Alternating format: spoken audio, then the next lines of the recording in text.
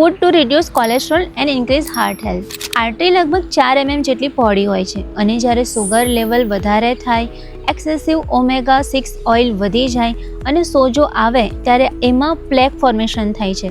હવે આ પ્લેકમાં એકચ્યુઅલી હોય છે કેલ્શિયમ, પ્રોટીન અને કોલેસ્ટ્રોલ. તો એ સારી ન્યૂઝ છે. તમે તમારા આ પ્લેકની ડેમેજને ઓછું કરી શકો છો તેમજ એને રિવર્સ ડાયરેક્શનમાં પણ લઈ જઈ શકો છો.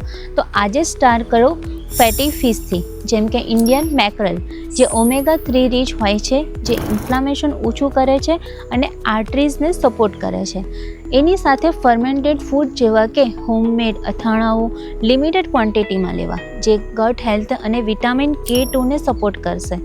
એક બીજું સલાડ પણ એડ કરી શકો, જેમાં પાલક છે, મેથી છે, જે પોટેશિયમ અને એન્ટીઓક્સિડન્ટથી રીચ હોય છે, જે બ્લડ સુગર અને બીપીને બંનેને કંટ્રોલ કરશે. રાઈનું તેલ, કે જે એક્સ્ટ્રા વર્જિન ઓલિવ ઓઇલ તરીકે ઓળખાય છે, એની સાથે લસણ પણ એડ કરો, કે જે ઇન્ફ્લામેટરી અને હાર્ટ ફ્રેન્ડલી હોય છે. યાદ રાખો, કોઈ એક મીલ મેજિક નથી કરતું, પણ સારું ફૂડ રોજ ખાઓ તો આર્ટરીઝને પ્રોટેક્શન મળશે. વિડીયો સેવ કરો અને બધાને અવેર કરો.